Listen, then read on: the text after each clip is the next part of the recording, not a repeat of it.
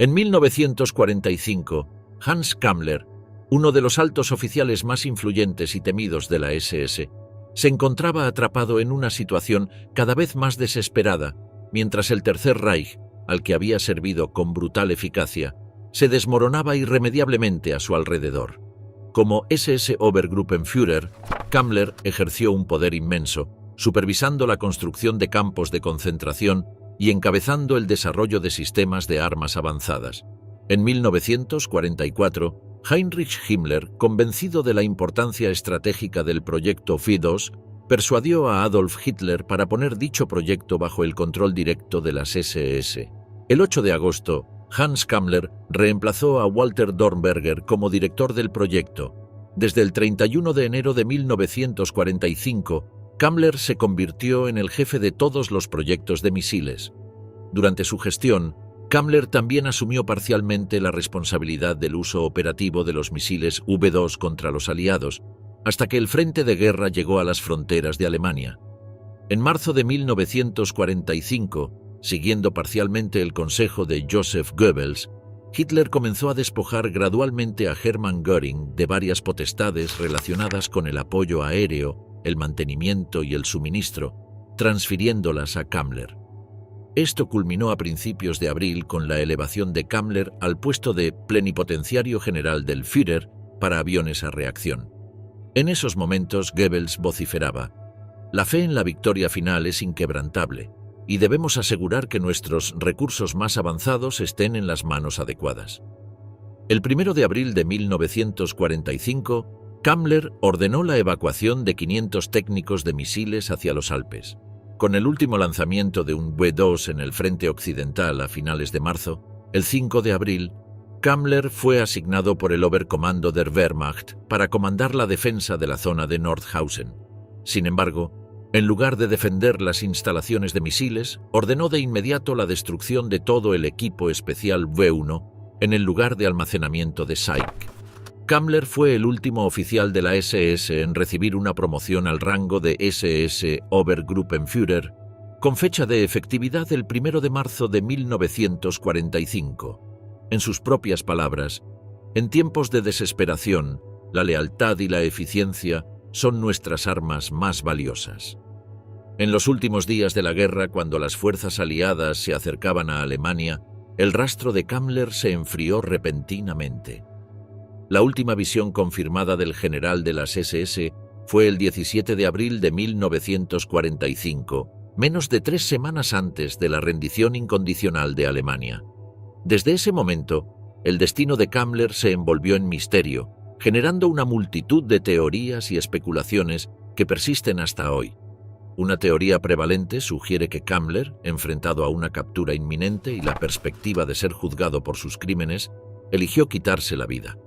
Este escenario se alinea con las acciones de muchos oficiales nazis de alto rango que, reacios a enfrentar la justicia, optaron por el suicidio en los días finales del Reich.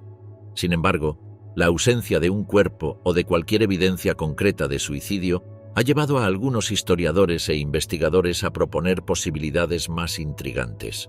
Entre ellas está la teoría de que Kammler, aprovechando su conocimiento de la tecnología avanzada nazi, hizo un trato con las fuerzas estadounidenses.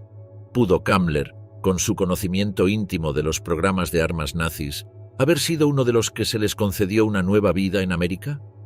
El 9 de julio de 1945, la viuda de Hans Kammler solicitó que se le declarara muerto a partir del 9 de mayo de 1945. Para respaldar su solicitud, el conductor de Kammler, Kurt Proik, declaró haber visto el cadáver de Kammler y haber estado presente en su entierro el 9 de mayo de 1945. El Tribunal de Distrito de Berlín-Charlottenburg dictaminó el 7 de septiembre de 1948 que la muerte de Kammler se establecía oficialmente para el 9 de mayo de 1945. En una declaración jurada posterior, el 16 de octubre de 1959, se indicó que Kammler murió aproximadamente el 10 de mayo de 1945, aunque no se conocía la causa exacta de su muerte. El 7 de septiembre de 1965, otro testigo afirmó que Kammler había muerto el 7 de mayo de 1945 y que su cadáver había sido visto por varias personas, quienes coincidieron en que la causa de la muerte fue envenenamiento por cianuro. La rendición del gran Obergruppenführer, la caída de Karl Wolff. Con el estallido de la guerra, Wolff fue destinado al cuartel general del Führer, en calidad de Verbindungsoffizier der Waffen-SS. En la actualidad, se ha debatido extensamente sobre las funciones reales de Wolff en el cuartel general. Su cercanía a Hitler no solo le permitió ganar la confianza del Führer, sino también asumir el influyente rol de representante de las SS dentro del círculo más íntimo de Hitler. En determinado momento se consideró a Wolff, junto a Heydrich, como uno de los candidatos más probables para suceder a Himmler. Himmler, en un tono familiar, solía referirse a él como Wolfchen, un juego de palabras entre su apellido y el término Wolfchen, que significa lobezno. Sus funciones en el cuartel general no fueron obstáculo para que siguiese despachando diariamente correspondencia con la plana mayor de las SS en Berlín, por lo que las alegaciones que hizo concluida la guerra, en el sentido de que él solo tuvo conocimiento de las matanzas de judíos a partir del año 1945, hay que valorarlas como un simple argumento defensivo para intentar escapar a las acusaciones de los fiscales. De hecho, su relevante posición en el círculo de Hitler fue lo que en 1964 llevó a la Fiscalía de Múnich a definir a Wolff como Himmlers Auge und Ohr, los ojos y los oídos de Himmler en el cuartel general. Si Wolff, además de ser la mano derecha de Himmler, era uno de los amigos cercanos de Odilo Globoknik, el organizador del programa de exterminio Aktion Reinhard, resulta evidente que no podía tener menos información que aquellos miembros de las SS que, ocupando un lugar mucho más bajo en la jerarquía nazi, conocían perfectamente los crímenes que se estaban cometiendo. Aquí, en el epicentro del poder, pudo asistir a todos los acontecimientos relevantes, así como hacerse con información de primera mano sobre todas las cuestiones que afectaban al gobierno, al partido, a las SS y al curso de la guerra. Además, fue un asiduo visitante del Berghof en todas aquellas ocasiones en que Hitler lo utilizaba como residencia temporal. El 13 de mayo de 1945, el ejército estadounidense capturó a Wolff bajo la falsa promesa de que le permitirían reunirse con su familia y lo confinó en una prisión próxima a Bolzano. Sin posibilidad de contactar con su familia, el 21 de agosto de 1945, Wolff fue trasladado a la prisión para criminales de guerra de Nuremberg, inicialmente como acusado. Sin embargo, ninguno de los fiscales del Tribunal Internacional formuló cargos contra él, por lo que Wolff compareció en numerosos juicios únicamente como testigo. En enero de 1948, las autoridades de ocupación americanas lo entregaron a los británicos, quienes lo encarcelaron en Minden, Renania. Sometido a un proceso de desnazificación, en noviembre de 1948 un tribunal de Hamburgo-Bergedorf lo condenó a 5 años de prisión por pertenecer a una organización delictiva y por tener conocimiento de sus objetivos criminales. De la pena de 5 años se le descontaron 2 por el arresto desde mayo de 1945. Wolff apeló la sentencia y en marzo de 1949 el Tribunal de Revisión rebajó la condena inicial a 4 años, que se consideraron cumplidos en su totalidad. Tras recuperar la libertad, trabajó en el departamento de publicidad de una revista y se trasladó a vivir con su familia a Starnberg, Baviera.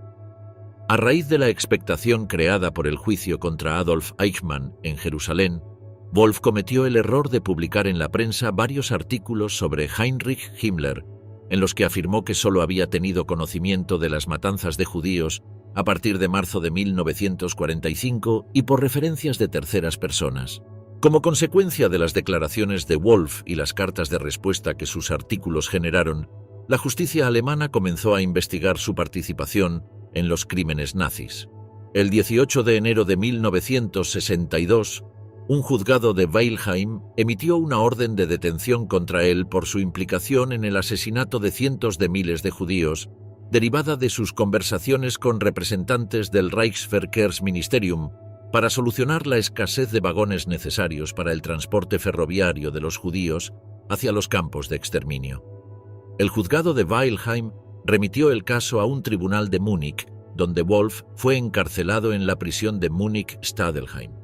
Su defensor fue Rudolf Aschenauer, un abogado con amplia experiencia en la defensa de nazis acusados de crímenes de guerra y crímenes contra la humanidad. El 30 de septiembre de 1964, Wolf fue condenado a 15 años de prisión por su cooperación en la matanza de 300.000 judíos. En octubre de 1965, el Tribunal Supremo Federal desestimó su recurso de casación, confirmando la sentencia. Como resultado, Wolf fue trasladado al centro penitenciario de Straubing, del cual fue liberado a finales de agosto de 1969 por razones médicas. Su papel dirigente en las SS y su contribución para impedir el secuestro del Papa Pío XII atrajeron la atención del periodista Gerd Heidemann, antiguo redactor de la revista Stern. Wolf se convirtió en asesor de Heidemann y juntos establecieron contacto con el coleccionista de militaria de Stuttgart, Konrad Kujau. Esto culminó en el episodio de los diarios falsificados de Adolf Hitler, que Stern publicó el 25 de marzo de 1983. A finales de agosto de 1984, comenzó el juicio contra Kujau y Heidemann por falsedad documental. Sin embargo, Wolf, citado como testigo, no pudo comparecer, ya que había fallecido el 15 de julio de ese año en un hospital de Rosenheim y fue enterrado 6 días después en el cementerio de Prien am Chiemsee, Baviera. Karl Wolf fue conocido en su círculo familiar con el apodo cariñoso de Karele, que mantuvo hasta su muerte. La muerte de Wolf atrajo la atención de varios de los principales periódicos alemanes, que lo calificaron como una de las figuras más brillantes del régimen nacionalsocialista. Klaus Sibyl escribió una biografía sobre él, en cuyo prólogo señaló que Wolf representaba el arquetipo clásico de la alta burguesía alemana, muchos de cuyos miembros, a pesar de su educación superior, fueron arrastrados por el nazismo. El destino de los oficiales de las SS, la caída de la Orden Negra. Mientras que el destino de Hans Kammler sigue envuelto en misterio, los últimos momentos del SS Obergruppenführer Walter Krüger pintan un cuadro claro de desesperación y derrota. Nacido en 1890 en Estrasburgo, entonces parte del Imperio Alemán, la carrera militar de Krüger abarcó ambas guerras mundiales, un testamento a su compromiso inquebrantable con el expansionismo alemán y posteriormente las ideologías del Tercer Reich. El mando de Krüger de la Segunda División SS Das Reich en marzo de 1943 lo vio liderar tropas en la batalla de Kursk, uno de los enfrentamientos más grandes y sangrientos del frente oriental. Su desempeño en esta fallida ofensiva paradójicamente resultó en un mayor reconocimiento, con la concesión de las hojas de roble a su Cruz de Caballero el 31 de agosto de 1943. A medida que la marea de la guerra se volvía contra Alemania, Krüger se encontró en situaciones cada vez más desesperadas. En julio de 1944 fue nombrado general comandante del Sexto Cuerpo de Ejército de las SS, encargado de defenderse contra el implacable avance soviético. Sus esfuerzos en las batallas del Bolsón de Curlandia, una serie de enfrentamientos que vieron a las fuerzas alemanas repeler repetidamente los ataques soviéticos, le valieron las espadas a su Cruz de Caballero el 11 de enero de 1945. El impacto psicológico de la inminente derrota pesó mucho sobre Krüger y sus compañeros líderes de las SS. Para Walter Krüger, el final llegó el 22 de mayo de 1945 en el Bolsón de Curlandia. Frente a la llegada inminente de las tropas soviéticas y el colapso de la resistencia organizada, Krüger tomó la decisión de quitarse la vida en lugar de enfrentar la captura y sus consecuencias. Mientras que algunos generales de las SS desaparecieron en la niebla del caos postguerra, otros enfrentaron un ajuste de cuentas por sus crímenes. Entre ellos estaba Friedrich Jeckeln, un hombre cuyo nombre se convirtió en sinónimo de algunas de las ejecuciones en masa más horrendas del Holocausto. Nacido en 1895 en el Imperio Alemán, el camino de Jeckeln hacia la infamia comenzó con su ingreso al partido nazi en 1929. Su ascenso a través de las filas de las SS fue rápido. impulsado por una eficiencia despiadada en la persecución de los enemigos del régimen. En los anales empapados de sangre del Holocausto, pocos nombres evocan tanto horror como Babi Yar. El 29 y 30 de septiembre de 1941, bajo la dirección meticulosa de Jekyll, más de 33.000 judíos fueron sistemáticamente asesinados en un barranco a las afueras de Kiev. El 27 de enero de 1942, Jekyll recibió la Cruz al Mérito de Guerra con espadas por matar a 25.000 judíos en Rumbula, por órdenes del más alto nivel. En febrero de 1945, ahora como general der Waffen-SS und Polizei, fue designado para comandar las SS Freiwilligen Gebirgskorps y también se desempeñó como comandante de tropas de reemplazo y comandante de las SS y la policía en el suroeste de Alemania. La innovación de Jekyll en el asesinato en masa, el escalofriante sistema Jekyll o empaquetamiento de sardinas, hablaba de la naturaleza fría y calculadora de sus crímenes. Este método, empleado por primera vez durante la masacre de Rúmbula en noviembre de 1941, implicaba forzar a las víctimas a acostarse boca abajo en fosas comunes, formando una grotesca alfombra humana que sería ejecutada con precisión mecánica. Su captura por las fuerzas soviéticas cerca de Halbe en mayo de 1945 marcó el principio del fin para este arquitecto del genocidio. Llevado a juicio en Riga, Letonia, en enero de 1946, Jekyll enfrentó un ajuste de cuentas por sus crímenes contra la humanidad. El tribunal militar soviético que se reunió para juzgar a Jekyll fue un asunto austero, lejos del boato y circunstancia de los juicios de Nuremberg. Sin embargo, fue allí donde salió a la luz todo el peso de las atrocidades de Jekyll. Confrontado con la montaña de pruebas en su contra, Jekyll hizo una sorprendente admisión. Debo asumir toda la responsabilidad por lo ocurrido en las fronteras de Ostland, dentro de las SS, South Dakota y la Gestapo. Esto aumenta mucho mi culpa. Mi destino está en manos del Tribunal Superior, por lo que solo pido que preste atención a las circunstancias atenuantes. Aceptaré una sentencia en pleno arrepentimiento que consideraré como un castigo digno. El tribunal, habiendo escuchado testimonios que detallaban la escala horrible de las acciones de Jekyll, llegó a su veredicto rápidamente. Friedrich Jekyll, una vez un temido general de las SS, que tenía el poder de vida y muerte sobre millones, fue condenado a enfrentar la soga del verdugo. El 3 de febrero de 1946, en la Plaza de la Victoria de Riga, se hizo plena justicia en vista del público. Ante una multitud de 4.000 espectadores, Friedrich Jekyll encontró su fin en la horca. El hombre que había supervisado la muerte de innumerables inocentes ahora colgaba sin vida, un símbolo sombrío de la retribución que aguardaba a los responsables de los horrores del Holocausto. A medida que se asentaba el polvo en las ruinas del Tercer Reich, los investigadores aliados comenzaron la monumental tarea de llevar a los criminales de guerra nazis ante la justicia.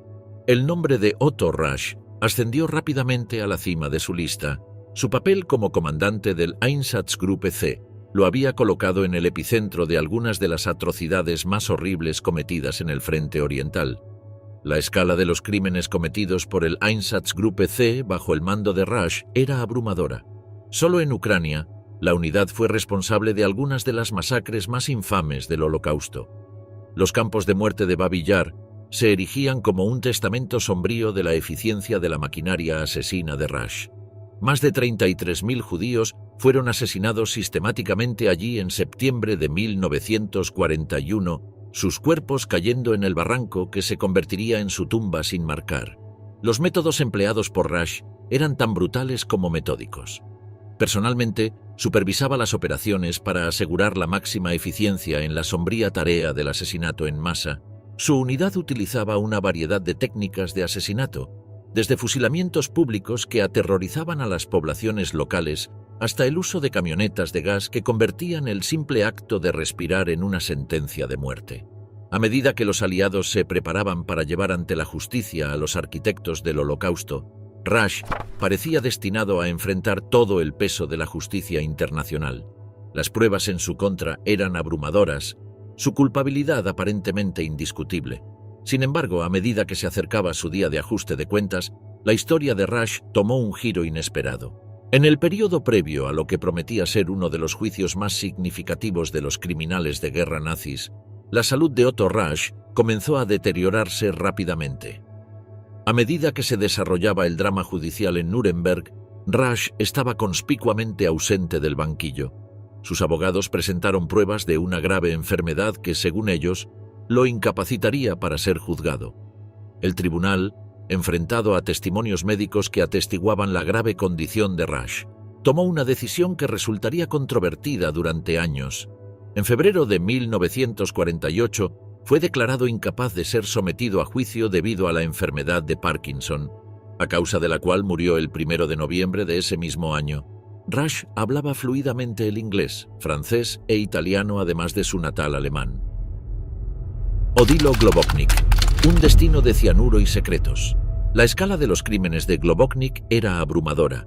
La operación Reinhardt, que supervisó con despiadada eficiencia, resultó en el asesinato de aproximadamente 1.5 a 2 millones de judíos.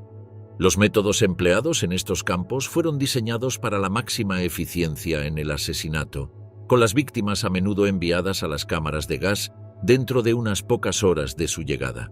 La dedicación de Globoknik a esta tarea sombría le valió el favor de Heinrich Himmler, quien veía en él a un ejecutor leal y eficaz de la solución final. La rendición alemana había ocurrido casi un mes antes. Los soldados y oficiales nazis escapaban como ratas por toda Europa, pero pese a la inmensidad del continente, no había demasiados lugares donde ir. Todo era hambre y destrucción. Una patrulla británica descubrió a unos soldados nazis al pie de los Alpes. Intentaron hacerse pasar por campesinos, pero no engañaron a nadie. Ya en el cuartel, al ser interrogados, confesaron que integraban el ejército derrotado, pero negaban haber ocupado lugares relevantes. Para ganar credibilidad, el más joven les dio un dato a sus captores. En el lugar donde los habían encontrado, pero a mayor altura, más metidos en las montañas, en una cabaña bien aprovisionada, podían encontrar algunos nazis eminentes. No conocían su identidad, pero sabían que era gente importante por cómo vestían, por las comodidades que tenían pese a las circunstancias y porque alguien los había enviado a llevarles víveres. Los británicos encontraron el sitio sin problemas y detuvieron a 7 personas. 6 estaban vestidos como oficiales. El restante se presentó como un importante comerciante alemán. Tenía una campera abrigada, pantalones de cuero, botas costosas. Al llegar al destacamento, los otros 6 fueron puestos en un calabozo mientras al comerciante le permitieron circular libremente por el lugar. Hasta que alguien creyó reconocerlo. Ese no era un hombre de negocios. Ese hombre era un asesino. El oficial británico, una vez que éste pasó delante suyo, cuando ya le daba la espalda, le tendió una trampa para poder determinar su identidad. Con ligero acento alemán y voz de mando gritó: «Globoknik». El hombre bajito y excedido de peso giró la cabeza respondiendo al llamado. Apenas se dio cuenta de su acto casi reflejo, intentó seguir como si nada. El comandante inglés ordenó que lo depositaran en la celda más segura que tuvieran.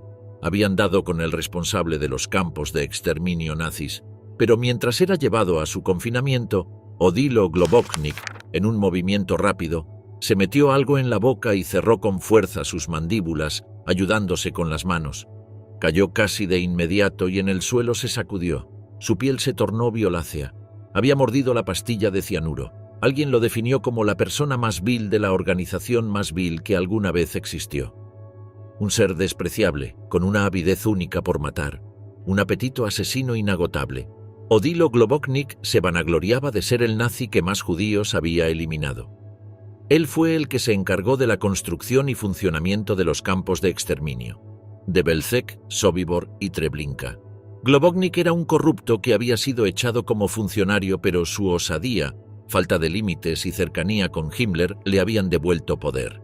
Y estaba dispuesto a hacer lo que fuera necesario para no perderlo. Cuando le dieron la orden de crear estos campos, él habló con sus hombres. El Reichsführer de la SS acaba de encomendarnos una nueva tarea. Me siento tan agradecido que puede estar seguro de que sus deseos se cumplirán de inmediato. Él fue el que coordinó y supervisó la construcción de los campos de exterminio.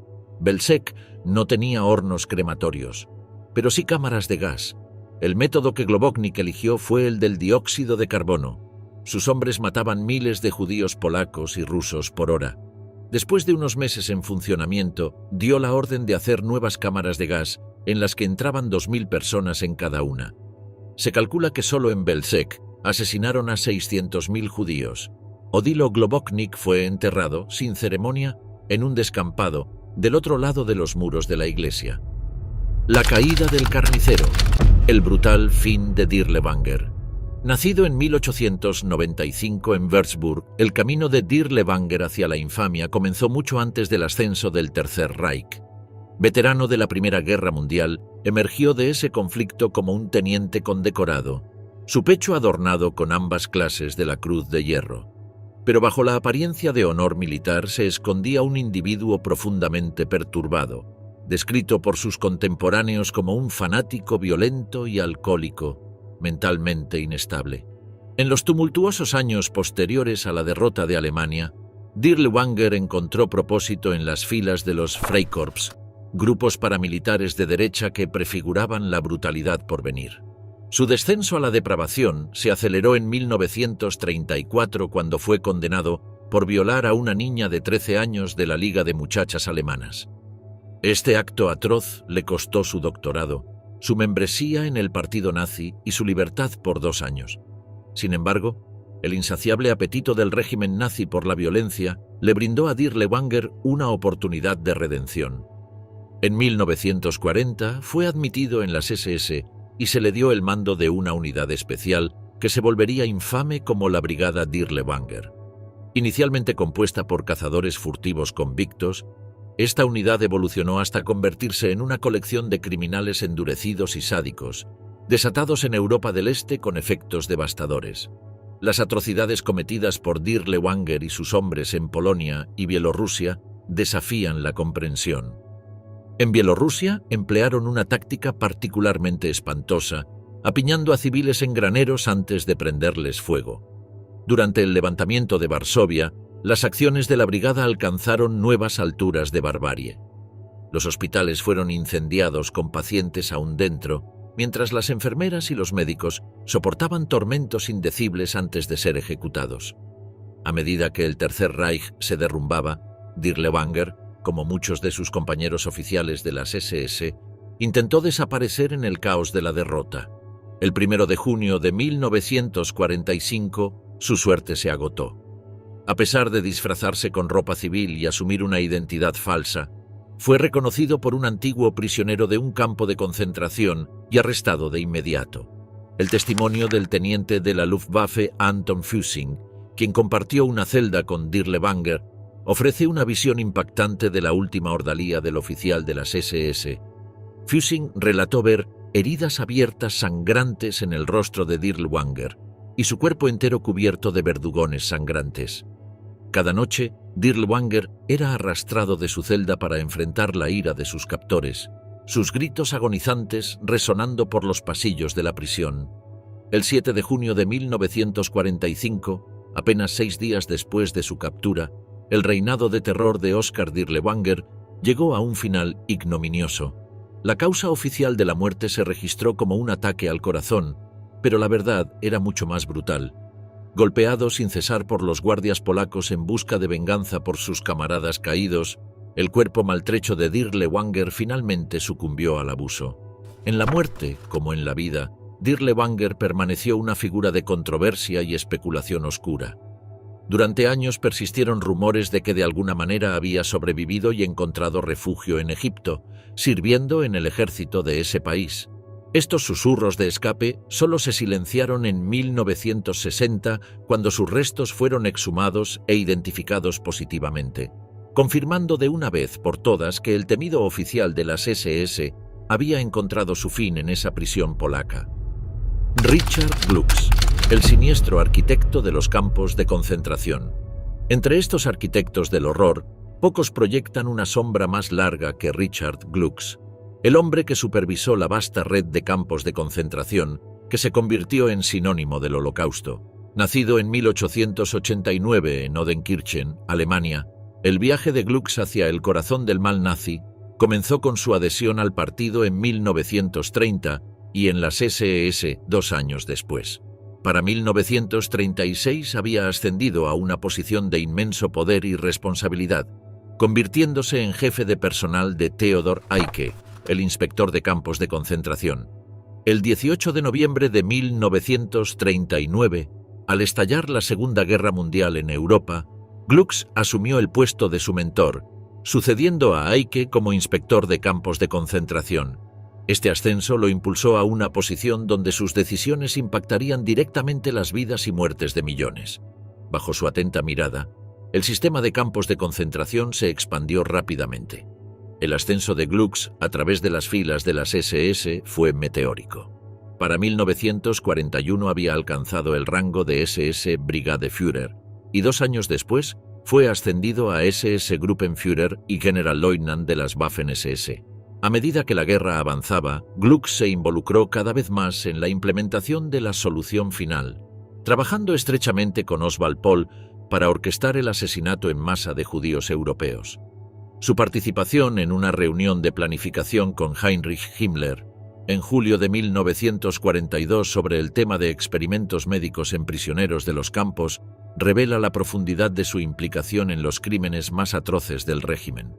Regularmente recibía actualizaciones del comandante del campo Rudolf Höss, asegurándose de estar plenamente consciente de los asesinatos en masa y otras horribles prácticas perpetradas bajo su autoridad.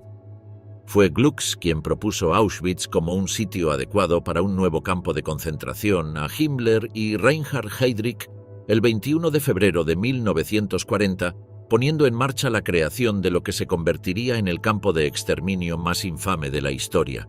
En un memorando fechado el 28 de diciembre de 1942, ordenó a los médicos de los campos que hicieran todo lo posible con todos los medios a su disposición para reducir considerablemente la tasa de mortalidad en los diversos campos. Esta directiva, lejos de ser un gesto humanitario, estaba dirigida a asegurar un suministro constante de mano de obra esclava para la maquinaria de guerra nazi. A medida que el Tercer Reich se derrumbaba frente a los avances aliados, Glücks, como muchos de sus compañeros oficiales de las SS, intentó evadir la justicia. La destrucción de los edificios de la SS Wirtschaftsverwaltungshauptamt en Oranienburg el 16 de abril de 1945 marcó el comienzo del fin. Glücks y su esposa huyeron primero a Born y luego a Flensburg, buscando desesperadamente escapar del juicio que les aguardaba. El 10 de mayo de 1945, apenas 2 días después de la rendición incondicional de Alemania, el reinado de terror de Richard Glücks llegó a un abrupto final. En la base naval de Murvik, en Flensburg-Murvik, según se informa, tragó una cápsula de cianuro, eligiendo el suicidio antes que enfrentar la justicia por sus crímenes. Su muerte, como la de muchos nazis de alto rango, fue un acto final de cobardía, negando a sus incontables víctimas la oportunidad de verlo responder por sus acciones. Otto Ollendorf, la larga espera de la justicia. Mientras que algunos generales de las SS enfrentaron destinos rápidos en el caótico periodo posterior a la Segunda Guerra Mundial, otros enfrentaron un ajuste de cuentas prolongado con la justicia.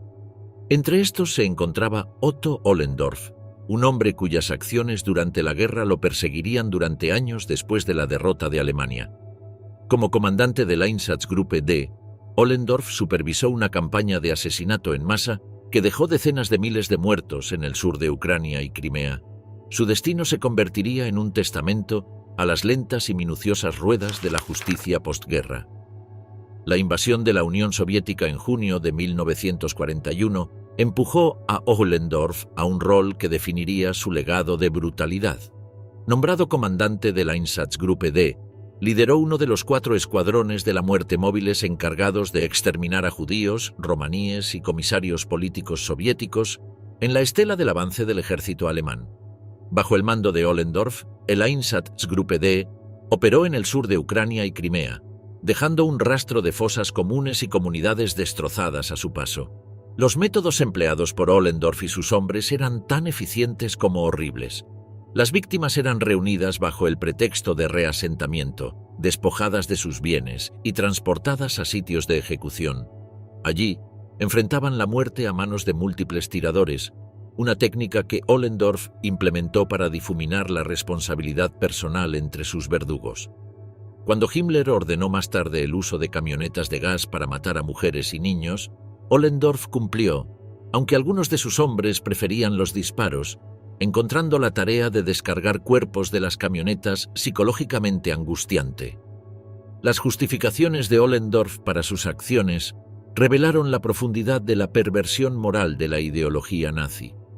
Argumentó que matar a los niños era necesario, ya que crecerían para convertirse en adultos que podrían representar una amenaza para el Reich.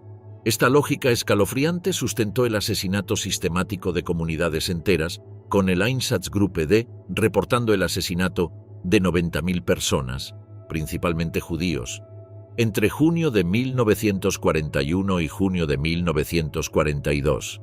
A medida que la marea de la guerra se volvía contra Alemania, Ollendorff regresó al Ministerio de Asuntos Económicos del Reich, quizás esperando distanciarse de los horrores que había supervisado. Pero el colapso del régimen nazi en mayo de 1945 puso fin rápidamente a cualquier ilusión de escapar de la justicia. Arrestado junto a Heinrich Himmler, Ollendorff se encontró enfrentando intensos interrogatorios, durante los cuales reveló la naturaleza criminal de la campaña alemana en el este. El juicio de los Einsatzgruppen, que comenzó el 29 de septiembre de 1947, llevó a Ollendorff a enfrentar las consecuencias de sus acciones. Como acusado principal, no mostró remordimiento, justificando los asesinatos como necesarios para asegurar el Lebensraum para el Reich alemán. Su admisión de tener escrúpulos morales al llevar a cabo las órdenes, junto con su insistencia en que era impensable para un líder subordinado desobedecer las órdenes del Estado, pintaron el cuadro de un hombre atrapado entre la conciencia y la ideología, eligiendo finalmente esta última. El 10 de abril de 1948 se entregó el veredicto. Ollendorff fue encontrado culpable de crímenes de guerra, crímenes contra la humanidad y pertenencia a organizaciones criminales. La sentencia fue la muerte, pero la ejecución de este juicio no llegaría rápidamente. Durante 3 años, Ollendorff languideció en custodia, su vida pendiendo de un hilo mientras se desarrollaban apelaciones y maniobras legales. La larga espera de justicia finalmente terminó el 7 de junio de 1951. A la edad de 44 años, Otto Ollendorff fue ejecutado por ahorcamiento. Incluso en sus últimos momentos mantuvo que había actuado correctamente y que no había hecho nada malo, un testimonio escalofriante del poder duradero de la indoctrinación nazi. Ernst Kaltenbrunner, el oficial de mayor rango de las SS juzgado en Nuremberg, en 1942, tras el asesinato de Reinhard Heydrich, fue nombrado jefe del SD, asumiendo el control de la Gestapo y del sistema de los campos de concentración. En enero de 1943, Himmler le confió la jefatura de la Reichssicherheitshauptamt, convirtiéndose en la mano derecha del jefe de las SS. Fue ascendido a Obergruppenführer y general mayor de la policía, cargos que desempeñó hasta el final de la guerra. Aunque no era tan astuto e inteligente como Heydrich, se destacaba por ser un trabajador incansable, tenaz e incisivo gestor. En otoño de ese año, organizó la Operación Long Jump, cuyo objetivo era asesinar a los líderes aliados durante la conferencia de Teherán. Sin embargo, la operación fracasó al ser descubierto el plan por la inteligencia soviética. Como principal responsable de la seguridad del Reich, dirigió personalmente las investigaciones y persecuciones tras el atentado frustrado contra Hitler en 1944. Organizó grupos de oficiales de su departamento, supervisó miles de interrogatorios e informes y administró la venganza política de Hitler. Supervisó también los juicios populares encabezados por Roland Freisler. Estas acciones le granjearon el reconocimiento personal y aprecio de Hitler, obteniendo acceso directo a él sin pasar por el trámite de Martin Bormann. Incluso comenzó a rumorearse que el mismo Himmler le temía, ya que su figura intimidante, con cicatrices en el rostro y un temperamento volátil, lo hacía uno de los personajes más temidos del régimen. En diciembre de 1944, recibió la Cruz de Caballero de la Cruz al Mérito con Espadas, como premio por sus servicios al Reich, y fue ascendido a general de las Waffen-SS. El 18 de abril de 1945, Himmler le nombró comandante en jefe de las fuerzas alemanas en el sur de Europa, un cargo simbólico debido a la debacle militar. A finales de abril, comprendió que Alemania había perdido la guerra y huyó de la capital del Reich junto a 2 ayudantes. Se dirigió hacia el Tirol austríaco y se instaló en Altaussee, lugar que conocía por haber pasado temporadas de vacaciones allí. Intentó negociar una rendición de Austria con los aliados, sin éxito. Haciéndose pasar por un médico con documentación falsa, fue detenido por una patrulla de los EE-UU el 12 de mayo. Fue reconocido cuando su amante, esperándolo, le llamó la atención por su nombre. Fue puesto a disposición del Tribunal Internacional de Nuremberg, acusado de crímenes contra la paz, contra la humanidad y crímenes de guerra. Un prisionero español del campo de Mauthausen testificó en su contra, aportando fotografías de una visita al campo junto a Himmler y otros oficiales. También declaró el comandante del campo de Auschwitz, Rudolf Höss.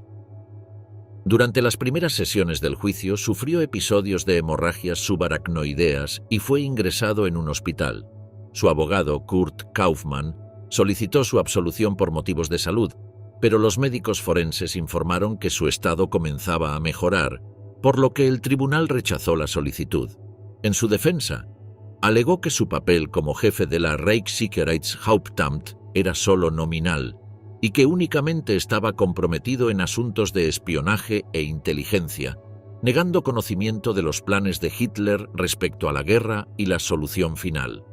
Afirmó que Himmler era el verdadero responsable de las atrocidades cometidas. El 30 de septiembre de 1946, el tribunal le declaró no culpable de crímenes contra la paz, pero sí culpable de crímenes de guerra y crímenes contra la humanidad. El 1 de octubre, fue condenado a morir en la horca y la sentencia se ejecutó a la 1:36. Sus últimas palabras fueron: «He amado a mi pueblo alemán y mi patria con un corazón cálido. He cumplido con mi deber por las leyes de mi pueblo y siento que esta vez mi pueblo fue conducido por hombres que no eran soldados y que se cometieron crímenes de los cuales yo no tenía conocimiento. Alemania, buena suerte». En 2001, su sello personal fue encontrado en un lago alpino de Estiria, Austria, 56 años después de que lo arrojara para ocultar su identidad.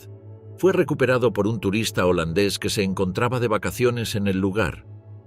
El sello tenía las palabras grabadas: Chef dem Sicherheitspolizei und des Sicherheitsdienst, Paul Blobel, el hombre detrás de los molinos de huesos. En los anales empapados de sangre del Tercer Reich, pocas figuras encarnaron la fría eficiencia de las políticas de exterminio nazi como Paul Blobel. Como comandante del Sonderkommando 4A, una subunidad de la Einsatzgruppe C, Blobel supervisó algunas de las masacres más notorias en el frente oriental. Los campos de muerte de Babi Yar se erigían como un testamento sombrío de su eficiencia despiadada, con más de 33.000 judíos asesinados en solo 2 días bajo su dirección. Pero fue el papel de Blobel en la Acción 10.005 lo que realmente lo distinguió en el panteón de los criminales de guerra nazis. A medida que el Reich comenzaba a desmoronarse bajo el peso de los avances aliados, Heinrich Himmler encargó a Blobel una misión imposible: borrar todos los rastros de los asesinatos masivos llevados a cabo por los Einsatzgruppen. Esta operación secreta, que comenzó en 1942, vio a Blobel supervisar la exhumación y cremación de cientos de miles de cuerpos de fosas comunes en toda Europa del Este. Los métodos empleados en la Acción 10.005 eran tan macabros como metódicos. Bajo la dirección de Blobel, unidades especiales conocidas como Comandos Blobel utilizaron parrillas gigantes hechas de vías de tren para quemar cuerpos exhumados de fosas comunes. Las cenizas luego se molían en molinos de huesos para ocultar aún más la evidencia de las atrocidades nazis. Este proceso macabro, llevado a cabo en el mayor secreto, fue un intento desesperado de ocultar la magnitud del holocausto a los aliados que avanzaban y a las generaciones futuras. A medida que el Tercer Reich colapsaba en mayo de 1945, Blobel, como muchos de sus compañeros de las SS, intentó evadir la justicia mezclándose en el caos de la Alemania posguerra. Sin embargo, su libertad fue efímera. Las fuerzas aliadas, armadas con evidencia de sus crímenes, pronto alcanzaron al hombre detrás de los molinos de huesos. La captura de Blobel marcó el comienzo de un proceso legal que expondría el horror completo de sus acciones al mundo. En el banquillo en Nuremberg, Blobel se paró junto a otros altos oficiales de las SS durante el juicio de los Einsatzgruppen. La evidencia presentada en su contra era abrumadora, pintando el cuadro de un hombre que había orquestado asesinatos en masa con una fría eficiencia burocrática. Los testigos relataron las horribles escenas en Babi Yar y otros sitios de asesinato, mientras que los documentos detallaban el alcance del trabajo sombrío de la acción 10.005. Frente a la montaña de pruebas en su contra, los intentos de deflexión de Blobel se desmoronaron. En una admisión clara que reveló la magnitud de sus crímenes, declaró: «Tengo que asumir la plena responsabilidad de lo que ocurrió dentro de las fronteras de Ostland, dentro de las SS, South Dakota y la Gestapo. Esto aumenta considerablemente mi culpa». Este reconocimiento, sin embargo, hizo poco para mitigar la severidad de sus acciones a los ojos del tribunal. El 10 de abril de 1948 se entregó el veredicto. Paul Blobel, el hombre que había buscado borrar la evidencia de las atrocidades nazis, fue encontrado culpable de crímenes de guerra y crímenes contra la humanidad. La sentencia fue la muerte por ahorcamiento, un destino que le aguardaba junto a otros arquitectos del Holocausto. Durante 3 años, Blobel languideció en prisión mientras se desarrollaban apelaciones y maniobras legales. Finalmente, el 7 de junio de 1951, enfrentó sus últimos momentos en la prisión de Landsberg. Al pararse frente a la horca, Blobel permaneció impenitente, sus últimas palabras una reflexión escalofriante de la ideología que había servido hasta el final. «Muero en la fe de mi pueblo. Que el pueblo alemán sea consciente de sus enemigos». Con estas palabras, Paul Blobel, el hombre detrás de los molinos de huesos, encontró su fin. Hans Adolf Prützmann, suicidio antes de la captura. En el crepúsculo de la guerra, Heinrich Himmler nombró a Prützmann como el plenipotenciario general para una operación sombría conocida como Werwolf. Esta iniciativa clandestina tenía como objetivo crear una fuerza de resistencia que continuaría luchando tras las líneas enemigas, incluso cuando Alemania enfrentaba una derrota inminente. Prützmann se lanzó a este rol con el fervor de un verdadero creyente. Supervisó el entrenamiento de pequeños grupos de partidarios nazis fanáticos, preparándolos para una campaña de terror y disrupción contra las fuerzas aliadas que avanzaban. Sin embargo, la gran visión de una campaña guerrillera generalizada se desmoronó rápidamente ante la realidad. El rápido avance de las fuerzas aliadas, junto con el agotamiento y la desmoralización de la población alemana, significaba que la operación Werwolf estaba condenada desde el principio. A medida que la derrota de Alemania se volvía inevitable, Prützmann se encontró retirándose hacia el oeste junto a los restos del otrora poderoso Wehrmacht. El hombre que una vez había ejercido un considerable poder dentro de la jerarquía de las SS, ahora enfrentaba la perspectiva de la captura y el juicio por sus acciones durante la guerra. El temor a la retribución aliada se cernía sobre las mentes de muchos nazis de alto rango, y Prützmann no era una excepción.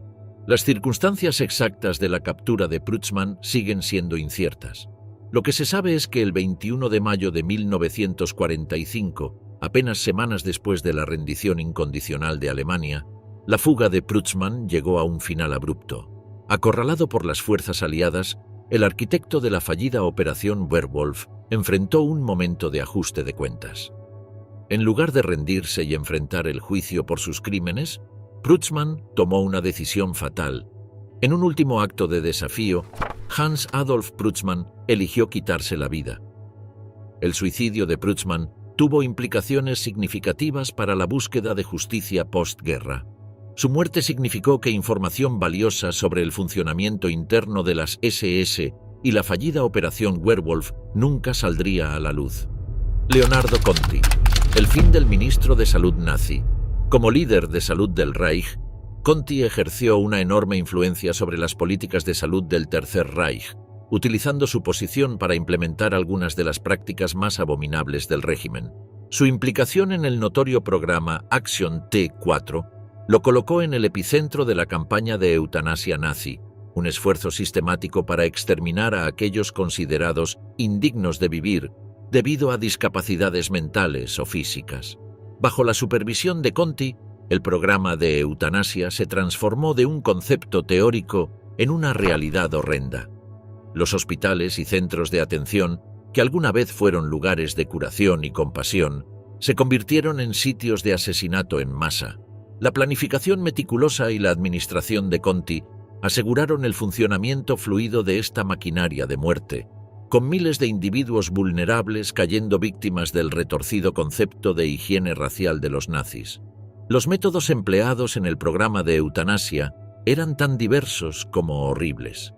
El hambre, la inyección letal y las cámaras de gas encontraron su lugar en el arsenal de asesinato, con Conti supervisando el desarrollo e implementación de estas técnicas de matanza. Su enfoque frío y burocrático hacia el asesinato en masa ejemplificó la banalidad del mal que caracterizó gran parte del liderazgo nazi. A medida que las fuerzas aliadas se acercaban a Berlín en los últimos días de la guerra, Conti, como muchos de sus compatriotas nazis, enfrentó la dura realidad de la derrota inminente. El hombre que alguna vez había tenido el poder de vida y muerte sobre innumerables individuos, ahora se encontraba a merced de aquellos que buscaban justicia por sus crímenes. Arrestado por las autoridades aliadas, Conti fue arrojado a un mundo muy alejado de los pasillos del poder que una vez había recorrido con impunidad. Las paredes de su celda de prisión debieron parecer muy distantes de las oficinas opulentas donde había emitido órdenes que condenaron a muerte a miles. Mientras esperaba el juicio, Conti seguramente contempló el peso de sus acciones y la probabilidad de enfrentar un severo castigo por su papel en las atrocidades del régimen nazi. La perspectiva de pararse ante un tribunal internacional, obligado a rendir cuentas por su participación en uno de los capítulos más oscuros de la historia, se cernía sobre él. El 6 de octubre de 1945, en su celda en Nuremberg, el ex líder de salud del Reich se ahorcó, utilizando las mismas habilidades que una vez había empleado para acabar con la vida de otros. August Sehender, el destino olvidado del Brigadeführer de las Waffen-SS. En la extensa jerarquía de las SS, Sehender se labró una posición de influencia significativa. Como SS, Brigadeführer y general mayor de las Waffen-SS, se encontraba entre las altas esferas de los seguidores más fanáticos de Hitler. Su servicio durante la guerra lo vio tomar el mando de la división SS Viking, una unidad compuesta por voluntarios de varios países, atraídos a la causa nazi por promesas de aventura y fervor ideológico. El liderazgo de Sehender durante la guerra le valió elogios dentro del régimen nazi, incluida la Cruz de Caballero de la Cruz de Hierro con hojas de roble. Esta prestigiosa condecoración, otorgada por extrema valentía en el campo de batalla o liderazgo militar exitoso, marcó a Sehender como un hombre de particular valor para el Tercer Reich. A medida que el Reich se desmoronaba en la primavera de 1945, Sehender, como muchos de sus camaradas de las SS, se encontró atrapado en el caos de la derrota. El otrora temido general de las SS ahora enfrentaba una elección difícil: rendirse a los aliados y enfrentar un posible juicio por crímenes de guerra, o intentar evadir la captura y mezclarse en las ruinas de la Europa postguerra. Durante un tiempo, Sehender eligió lo último, uniéndose a las filas de antiguos funcionarios nazis que buscaban desesperadamente escapar de la justicia. Finalmente, la apuesta por la libertad de Sehender resultó inútil. Las autoridades aliadas, armadas con listas de oficiales de las SS buscados y ayudadas por una red de informantes, finalmente alcanzaron al antiguo general de las SS. Las circunstancias de su captura, como gran parte de sus actividades postguerra, permanecen oscuras, perdidas en el caos del conflicto más devastador de Europa. Tras su arresto, Sehender se encontró internado junto a innumerables otros antiguos funcionarios nazis y oficiales militares. Las potencias aliadas, lidiando con la tarea monumental de llevar a los criminales de guerra nazis ante la justicia, establecieron una vasta red de campos de internamiento para albergar a aquellos sospechosos de complicidad en los crímenes del régimen. Fue en uno de estos campos donde Sehender pasaría los años inmediatos posteriores a la guerra. su destino colgando en la balanza mientras los investigadores revisaban la montaña de pruebas contra los antiguos líderes nazis. Sin embargo, a pesar de su alto rango dentro de las SS y su mando de una división de las Waffen-SS, el destino final de Segender sigue siendo algo misterioso. A diferencia de figuras como Ernst Kaltenbrunner o Rudolf Höss, cuyos juicios y ejecuciones se convirtieron en emblemáticos del proceso de Nuremberg, Segender parece haberse deslizado a través de las grietas de la justicia postguerra. Quizás el factor más significativo en la desaparición de Segender en los registros históricos fue la pura escala de la tarea que enfrentaban los fiscales aliados, con miles de antiguos funcionarios nazis bajo custodia y recursos limitados para llevarlos a todos a juicio. Se tuvieron que establecer prioridades. Las figuras de alto perfil y aquellos directamente implicados en las peores atrocidades del Holocausto naturalmente tomaron prioridad. Segender, a pesar de su alto rango, pudo haber sido considerado una prioridad menor ante casos más urgentes. Además, la naturaleza específica de las actividades de Segender durante la guerra pudo haber jugado un papel en su destino menos conocido. Mientras que el comando de una división de las Waffen-SS ciertamente lo implicaba en los crímenes más amplios del régimen nazi, la evidencia directa que lo vinculaba a atrocidades específicas pudo haber sido más difícil de conseguir. La traición de Arthur Neve, la puñalada de las SS a Hitler. Mientras que algunos generales de las SS escaparon a la justicia a través de desapariciones misteriosas o suicidios, otros enfrentaron un destino más complejo. Entre ellos estaba Arthur Neve, un hombre cuyo viaje de colaborador nacionalsocialista a miembro de la Resistencia terminó finalmente en una ejecución espantosa que epitomizó la brutalidad incluso en sus días finales. Como jefe de la Kripo, la policía criminal de Alemania, ejerció un considerable poder dentro del aparato de control del Tercer Reich. En 1939, Neve propuso enviar a los Sinti y romaníes de Berlín a las reservas planeadas para judíos en el este. La invasión de la Unión Soviética en 1941 vio a Neve asumir un papel aún más siniestro. Como comandante del Einsatzgruppe B, supervisó ejecuciones en masa que cobraron miles de vidas. Cerca de Minsk, su unidad llevó a cabo asesinatos sistemáticos con Neve señalando que 500 judíos eran fusilados diariamente en Vilna. La escala de las atrocidades bajo su mando era abrumadora, con el Einsatzgruppe B reportando el asesinato de más de 45.000 personas hasta el 14 de noviembre de 1941. Sin embargo, a medida que la marea de la guerra se volvía contra Alemania, las lealtades de Neve comenzaron a cambiar. En un giro que resalta las complejidades morales de la era nazi, se involucró en el complot del 20 de julio para asesinar a Hitler en 1944. Esta conspiración, que reunió a un grupo diverso de líderes militares y civiles alemanes, tenía como objetivo derrocar al régimen nazi y negociar la paz con los aliados. El papel de Neve en el complot fue liderar un equipo encargado de matar a Heinrich Himmler, una de las figuras más poderosas y temidas de la jerarquía nazi. El fracaso del intento de asesinato de Hitler desencadenó una cadena de eventos que sellaría el destino de Neve. A medida que la retribución del régimen se extendía por Alemania, Neve se vio obligado a esconderse, intentando desesperadamente evadir la captura por el mismo sistema que una vez había servido. Durante meses, Neve logró mantenerse un paso por delante de sus perseguidores. Sin embargo, en enero de 1945, cuando el Tercer Reich se derrumbaba bajo el peso de los avances aliados, la suerte de Neve se agotó. Traicionado por un amigo, cayó en manos de aquellos que buscaban venganza por el fallido intento de golpe. El Tribunal del Pueblo, presidido por el infame Roland Freisler, no perdió tiempo en condenar a Neve a muerte. El 2 de marzo de 1945, con Berlín bajo constante bombardeo aliado y las fuerzas soviéticas acercándose, Neve fue sentenciado a morir por su participación en el complot contra Hitler. La manera de la ejecución de Neve reflejó la venganza de un régimen en sus últimos estertores.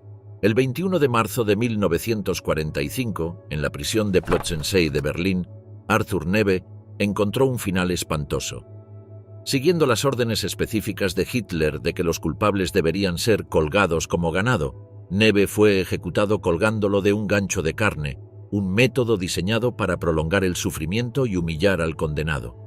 Este brutal método de ejecución, normalmente reservado para criminales comunes, fue un acto final de venganza contra aquellos que habían desafiado la autoridad de Hitler.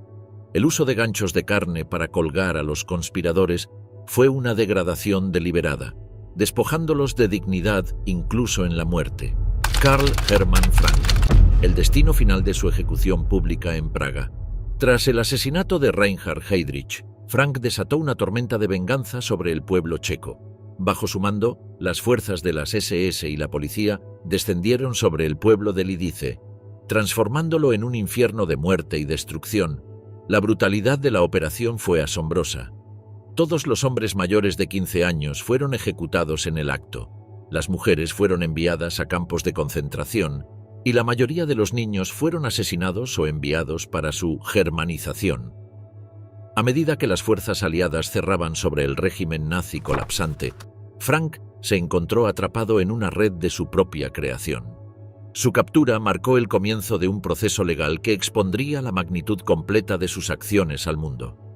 El hombre que alguna vez había ejercido un inmenso poder como el líder de más alto rango de las SS en el protectorado de Bohemia y Moravia, ahora estaba impotente ante un tribunal checoslovaco. Frente a la montaña de pruebas en su contra, los intentos de Frank de desviar la responsabilidad se desmoronaron.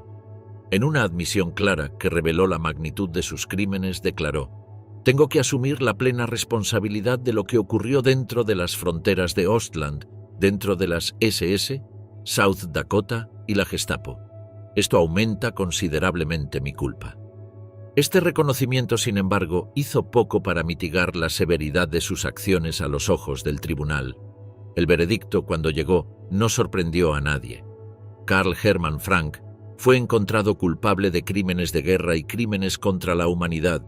La sentencia fue la muerte, un destino que le aguardaba en la misma ciudad que una vez había gobernado con mano de hierro. El 22 de mayo de 1946, Karl Hermann Frank encontró su fin en una ejecución pública en Praga.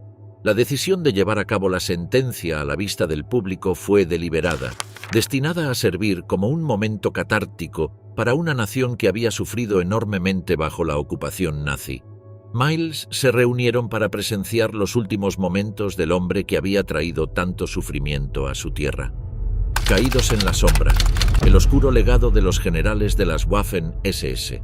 Para 1945, incluso el viejo soldado Dietrich había comenzado a cansarse del liderazgo de Hitler. Lo dio todo en la lucha con recursos menguantes y se vio obligado a retirarse cerca de Viena, lo que resultó en que se ordenara a sus hombres que se quitaran los títulos de puño Adolf Hitler. Según algunos informes, todos estos fueron colocados en un orinal, con la orden de que fuera devuelto personalmente al Führer.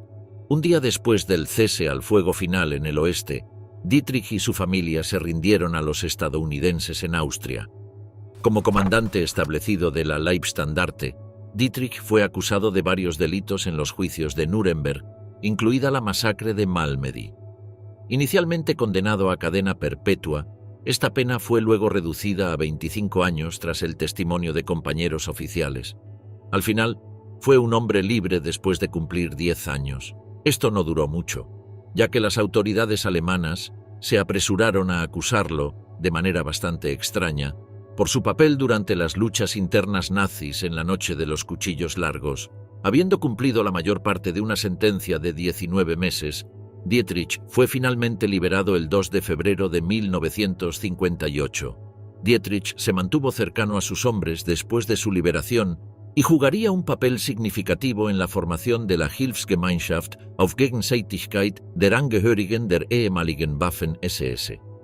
A pesar de mantener firmes vínculos con sus antiguos camaradas y luchar por su causa, Dietrich se mantuvo alejado de cualquier ambición política de posguerra. Sepp Dietrich murió de un ataque al corazón en Ludwigsburg, Baden-Württemberg, el 21 de abril de 1966 a la edad de 73 años, y su cuerpo todavía descansa en el cementerio Neuer Friedhof de la ciudad. El respeto entre sus subordinados y compañeros se mantuvo sólido hasta el final, y más de 6.000 personas asistirían a su funeral. Otro de los generales más importantes de las Waffen-SS fue Herbert Otto Gill. Cuando el final de la guerra era evidente, se entregó a las tropas estadounidenses para evitar rendirse a las soviéticas. Fue prisionero de los estadounidenses durante 3 años hasta su liberación en mayo de 1948. Herbert Otto Gill fue muy apreciado por sus cualidades y habilidades tácticas. Comandó las unidades de las Waffen-SS a nivel de regimiento, división y cuerpo con distinción durante la guerra. Gill era popular entre sus hombres por su valentía personal y era conocido por el bastón que habitualmente llevaba. Después de la guerra trabajó para un periódico hasta 1958. También tuvo una pequeña librería. Gill fue el fundador de una revista para veteranos de la división Viking, la Viking Group. El 26 de diciembre de 1966, Herbert Otto Gill murió a causa de un ataque al corazón en Stemmen, cerca de Hannover. Fue enterrado en el cementerio local de dicha localidad. Otro de los generales más importantes de las Waffen-SS fue Heinz Reinefeld, quien también tuvo un destino controvertido. Heinz Reinefeld fue demandado por Polonia para su extradición al final de la guerra. Sin embargo, las autoridades británicas y estadounidenses negaron la solicitud basándose en que Reinefeld podía servirles como testigo en los juicios de Nuremberg. Después de los juicios, fue arrestado y juzgado por crímenes de guerra en una corte local de Hamburgo, pero fue liberado por falta de evidencia. En diciembre de 1951, fue elegido alcalde del pueblo de Westerland de Schleswig, en la isla de Sylt. En 1962, fue elegido miembro de la Asamblea de Schleswig-Holstein. Al acabar su periodo en 1967, continuó su carrera de abogado. El gobierno de Polonia continuó solicitando su extradición durante muchos años, pero fue rutinariamente negada por el gobierno de Alemania Occidental. Además, el gobierno le otorgó una pensión de general y el reconocimiento de su grado militar. Murió en 1979 en su mansión en Sylt. Heinrich Müller, el misterioso destino del jefe de la Gestapo. Como jefe de la policía secreta del Estado nazi, Müller ejerció un inmenso poder e influencia dentro del aparato de control y represión del régimen. Su ascenso a través de las filas del partido nazi y las SS fue rápido y despiadado, culminando en su nombramiento como jefe de la Gestapo en 1939. En este rol, Müller se convirtió en uno de los principales arquitectos del Holocausto, supervisando la implementación de las políticas nazis y la persecución de judíos, disidentes políticos y otros enemigos percibidos del Estado. La eficiencia y dedicación de Müller a la causa nazi le valieron el apodo de Gestapo Müller, para distinguirlo de otros funcionarios con el mismo apellido. Su participación en la planificación y ejecución de la solución final fue extensa, ya que desempeñó un papel crucial en la organización de la deportación y exterminio en masa de los judíos europeos. El frío y burocrático enfoque de Müller hacia sus tareas desmentía la naturaleza horrenda de sus acciones, ya que implementaba metódicamente políticas que resultarían en la muerte de millones. A medida que las fuerzas aliadas se acercaban a Berlín en abril de 1945, los movimientos de Müller se volvieron cada vez más erráticos y difíciles de rastrear. La última visión confirmada del jefe de la Gestapo fue el 1 de mayo de 1945, en el Führerbunker de Hitler, justo un día después del suicidio del dictador. Desde ese momento, el destino de Müller se convirtió en uno de los misterios perdurables de la era postguerra, generando numerosas teorías e investigaciones que continúan hasta el día de hoy. Una teoría prevalente sugiere que Müller, como muchos altos funcionarios nazis, se quitó la vida en los últimos días de la guerra para evitar la captura y el enjuiciamiento. Este escenario se alinea con las acciones de otros prominentes nazis, como Heinrich Himmler y Joseph Goebbels, que eligieron el suicidio sobre la rendición. Sin embargo, la ausencia de un cuerpo o de cualquier evidencia concreta de la muerte de Müller ha llevado a muchos a cuestionar esta teoría. Otra posibilidad que ha ganado tracción a lo largo de los años es que Müller logró escapar de Alemania en el caótico período posterior a la guerra. Algunos informes sugieren que pudo haber huido a América del Sur, uniéndose a las filas de otros fugitivos nazis que encontraron refugio en países como Argentina y Brasil. Esta teoría está respaldada por supuestas visiones de Müller en varios países de América del Sur en los años posteriores a la guerra, aunque ninguna de estas afirmaciones ha sido definitivamente probada. Quizás la teoría más intrigante y controvertida sobre la desaparición de Müller es la sugerencia de que pudo haber sido reclutado por agencias de inteligencia occidentales o la Unión Soviética. Dado su extenso conocimiento de las operaciones nazis y las redes de inteligencia, Müller habría sido un activo valioso para cualquier gobierno que buscara ganar ventaja en la naciente Guerra Fría. Algunos historiadores han especulado que Müller pudo haber hecho un trato con la CIA u otras agencias occidentales, intercambiando su pericia por protección y una nueva identidad. Por el contrario, hay quienes creen que Müller pudo haber caído en manos soviéticas. El rápido avance del Ejército Rojo en Berlín en los últimos días de la guerra los colocó en una posición para capturar a muchos altos funcionarios nazis. Si Müller fue capturado por los soviéticos, es posible que haya sido interrogado y luego ejecutado o mantenido en secreto por su valor como inteligencia. A pesar de numerosas investigaciones y la desclasificación de documentos de la época de la guerra, el verdadero destino de Heinrich Müller sigue siendo desconocido. En 2013, un historiador alemán afirmó haber encontrado evidencia de que Müller murió en Berlín en 1945 y fue enterrado en una fosa común, pero esta afirmación ha sido disputada por otros expertos. La falta de evidencia concluyente ha permitido que el misterio en torno a la desaparición de Müller persista, alimentando debates y especulaciones en curso. Rudolf Höss, el siniestro destino del comandante de Auschwitz. Mientras que algunos líderes nazis desaparecieron en las sombras de la historia, otros enfrentaron un ajuste de cuentas que grabaría sus nombres en los anales de la infamia. Entre ellos, una figura se destacaba como la encarnación de los horrores del Holocausto, Rudolf Höss, el comandante de Auschwitz. Su historia se convertiría en un símbolo de la brutal eficiencia de la máquina de exterminio nazi y la naturaleza fría y burocrática del mal que definió al Tercer Reich. El viaje de Höss hacia la oscuridad comenzó en 1934 cuando se unió a las SS, ascendiendo rápidamente a través de las filas debido a su dedicación inquebrantable a la causa nazi. El 1 de mayo de 1940 recibió un nombramiento que vincularía su nombre para siempre con una de las mayores atrocidades de la historia, comandante de Auschwitz.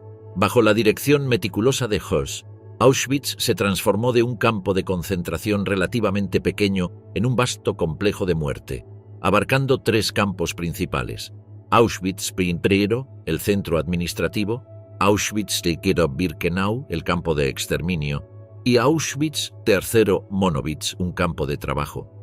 La eficiencia escalofriante con la que Höss supervisó el asesinato de millones hablaba de un nivel de desapego que horrorizaría incluso a los investigadores más endurecidos. Vivía con su esposa e hijos en una villa cerca del campo, creando una yuxtaposición surrealista entre su rol como hombre de familia y sus deberes como arquitecto del genocidio. La implementación de cámaras de gas con Zyklon B por parte de Höss agilizó el proceso de asesinato, permitiendo la muerte de miles en cuestión de horas. A medida que la marea de la guerra se volvía contra la Alemania nazi, Höss huyó de Auschwitz, asumiendo una identidad falsa y mezclándose en el caos de la derrota. Durante casi un año, evadió la captura, trabajando como jornalero bajo un nombre falso. Sin embargo, el 11 de marzo de 1946, las tropas británicas finalmente alcanzaron al escurridizo comandante cerca de Flensburg, Alemania. La captura de Höss marcó el comienzo de un nuevo capítulo en la búsqueda de justicia para los millones que perecieron bajo su supervisión. Durante su juicio, el testimonio de Höss proporcionó una visión escalofriante de la mente de un hombre que había supervisado horrores inimaginables.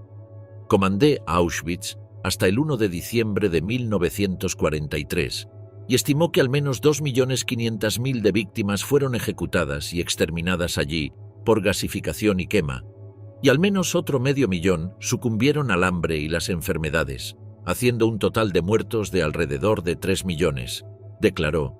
Sus palabras una admisión clara de la escala de las atrocidades cometidas bajo su mando. El Tribunal Supremo Nacional de Polonia no perdió tiempo en llegar a su veredicto. Rudolf Höss fue encontrado culpable de crímenes de guerra y crímenes contra la humanidad. Sus acciones consideradas tan atroces que solo el castigo máximo sería suficiente. La sentencia fue la muerte por ahorcamiento, un destino que le aguardaba en el mismo lugar donde había orquestado el asesinato en masa a escala industrial. El 16 de abril de 1947, Rudolf Höss enfrentó sus últimos momentos en un lugar demasiado familiar para él, Auschwitz. La decisión de ejecutarlo en el antiguo campo de la muerte llevaba un poderoso simbolismo, una forma de justicia poética para las incontables víctimas que habían perecido allí bajo su supervisión. Al pararse frente a la horca, Höss permaneció estoico, su comportamiento un recordatorio escalofriante de la fría eficiencia con la que había llevado a cabo sus deberes.